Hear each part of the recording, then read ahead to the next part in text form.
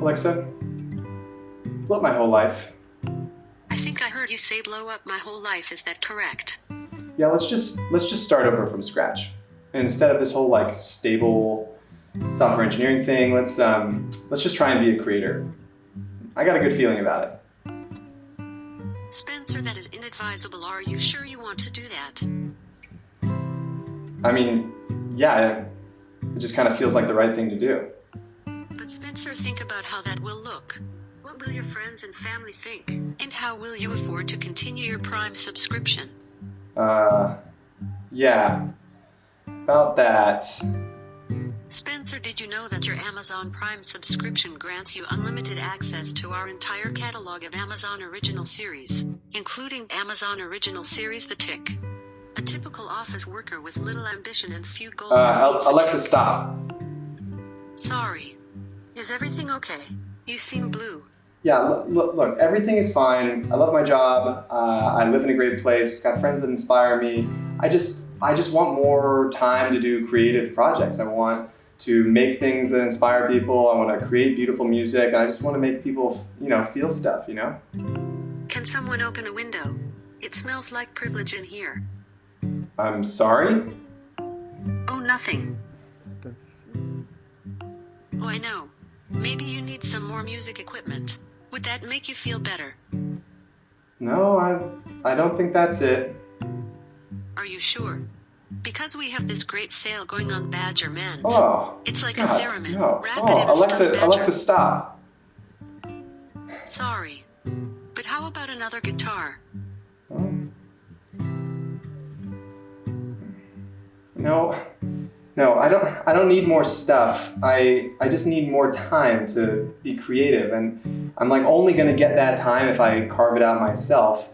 So just, do it. Blow up my whole life. Just blow it up. Whatever, dude. Don't say I didn't warn you. 3, 2, 1.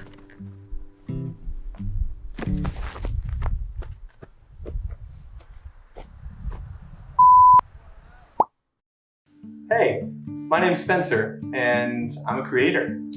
Well, kind of. We'll get there.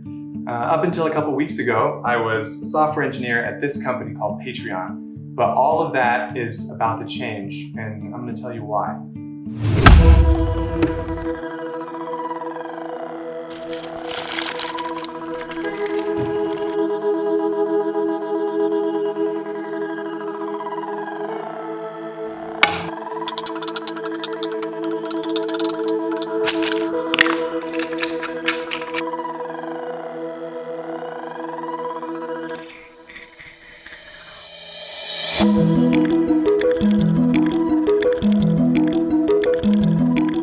But first I want to back up and provide a little bit of context so this whole story makes sense.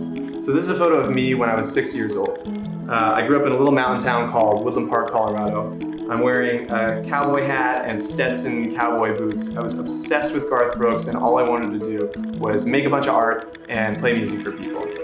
I would perform in choirs, at family events. It probably drove my sister completely nuts. And then in high school, I moved to Los Angeles where my dad lived, and he had a studio in our house, so I spent all my time recording music and making websites with my friends. And this was like around the time that YouTube started to become a thing, and I remember discovering this wacky dude named Jack Conte. Who invented this style of video called a video song, where he and his wife would film themselves playing all the parts to a song, and then they would stitch them together into this like cacophony of badassery. If you like it, then you should've put a ring on it. If you want it, then you should've put a ring on it. Don't be mad once you see that he wants it. If you like it, then you should've put a ring on it. And I just remember thinking it was the coolest thing I'd ever seen. So my best friend Derek and I started making a bunch of videos in this style. Take the money.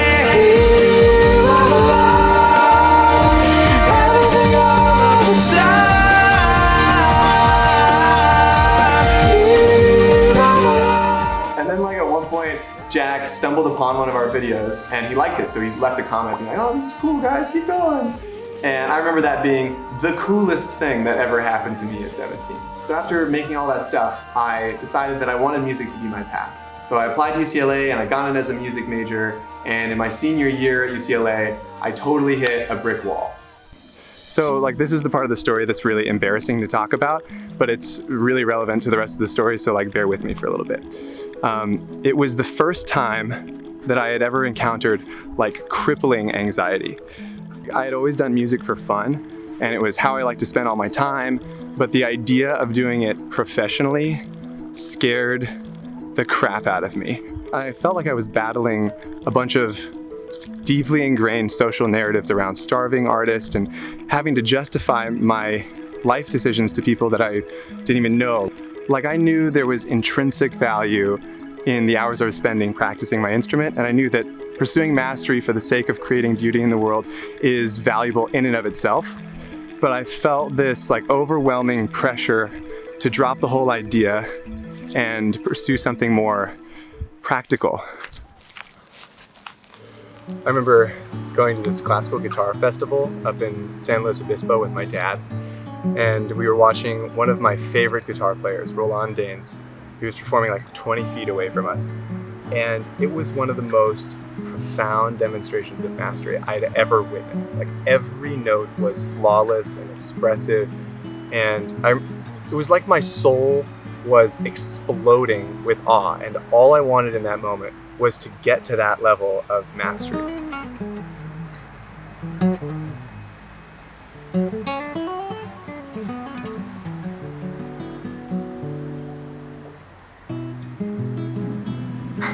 And I remember there was this frantic voice in the back of my head that was like, don't do it. If you do this, you'll starve. Like, artists starve.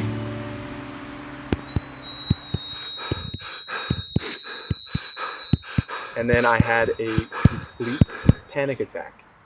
The only sounds in this dead quiet theater are the sounds of me hyperventilating with tears coming down my face and the incredible music of one of the world's finest guitar players. And my dad had to calm me down, and it was completely traumatic. So like I kept having these panic attacks.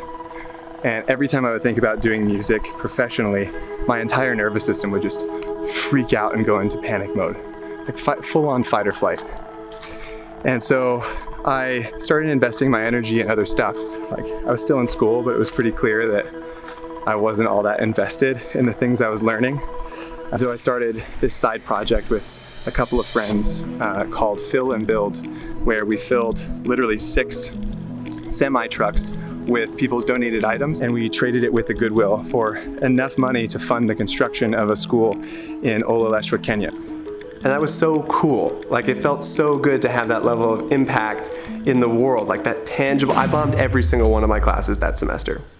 It was a total bloodbath.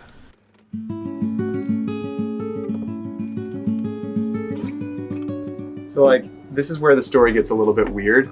About like midway through my senior year, I didn't really know why I was in school anymore. So I decided to just put it on hold, and I booked a one-way ticket to China on a whim. And I spent a year there. I was studying Chinese at the university, playing with a bunch of bands, DJing at this nightclub, and running my first little small business where I made language tools that helped people like myself learn how to read Chinese faster. Starting that little business helped me find this like passion for entrepreneurship that I didn't know that I had. So about a year into this, I decided to apply to this school that I heard about in San Mateo called Draper University. And it's started by this tech investor or venture capitalist guy named Tim Draper. It is a school for entrepreneurship where they give you a deep dive into all of the aspects of running a business. And I started another business while I was at that university. And at the end of the program, Tim offered my co-founder and I some investment and 6 months of a living and working space in his accelerator in San Mateo. So fast forward like a year and a bunch of really hard lessons learned, that company totally went down in flames. I didn't know what I wanted to do after that. So I hopped on my bicycle and I rode from San Francisco to Banff, Canada to sort of like reset my life and meet up with my girlfriend at the time. Upon returning to the Bay, I started a new company called PodClear. It was a tool for podcasters. We decided to apply to this accelerator program down in Santiago, Chile called Startup Chile. With some funding from the Chilean government, we built up that customer base and then were acquired by this other company called Monkey Inferno, where we worked for 6 months as part of the acquisition. Okay, so all that stuff happened. And around that time, that crazy guy from the internet, Jack Conte, had started this really cool website called Patreon. It's basically a membership platform that makes it really easy for creators to get paid every month from their fans to earn a living. For a creator, it's like having a salary for being a creative person. He was solving the core problem that caused me to have all of those panic attacks in college. How does one make a respectable career as a creator in the modern era? And that's where I've been working for the last 2.5 years. I got to work with a badass team, building an amazing product that helps creators get paid to do the things that they love the most. And Jack has sort of gone from this like childhood hero to a friend and mentor and just one of the most inspiring people I've ever met. And he's been so helpful through this whole transition. He invited me to come out and play guitar on his Christmas record with Pamplemousse, which just felt like a childhood dream come true. Follow your dreams, soar down those frozen streams. Come this Christmas, bright eyes and hopeful hearts. And like one of the coolest things that I've learned over the last 2.5 years is I've been able to like observe thousands of creators build a life for themselves around their creativity. And it's sort of like proven to me that it's possible and feasible, and there's just something really comforting about that idea. I'll be thinking of you tonight. So this is kind of where the story comes full circle. So this photo was taken 20 years ago, and the excitement that this kid has for music, I still have that excitement today. And even though I've kind of walked down these other paths, there's always been this desire to invest more time into creating beautiful things just for the sake of creating them. So last month, I decided to take the leap and give myself a 1-year sabbatical from the tech world. I put in my notice at Patreon, which was one of the hardest decisions I've had to make. And I booked a one-way ticket to Chiang Mai, Thailand, where I've rented a recording studio and a bungalow, and I'll be here for at least about 2 months, writing and recording and just being as creative as possible. Okay, hang on. So I was just editing this, and I just want to say that I don't take any of this for granted, and I realize that this is an incredibly privileged position to be in. Oh, you don't say. God. But the truth is, I've been saving for years to do something like this, and I have a limited financial runway, and I don't know if it's going to work out. So all things being relative, this does feel like a pretty big risk for me. Anyway. But I have a process and I have a few goals. Number 1, level up as a musician and become world class. Number 2, collaborate with some of the best musicians that I know. Number 3, build an audience and find sustainability within music. And number 4, document the process for other people and publish as regularly as possible in formats like this one. So if that interests you, go ahead and hit subscribe and turn on notifications to stay in the loop. I post even more like raw, unedited, early versions of songs and process stuff on my Patreon page, which I've linked to below. So if that interests you and if you want to support me along this process, feel free to do so on my Patreon page. And if you're still watching this, thank you for listening to my story. I would love to hear from you in the comments, and I will see you in the next video.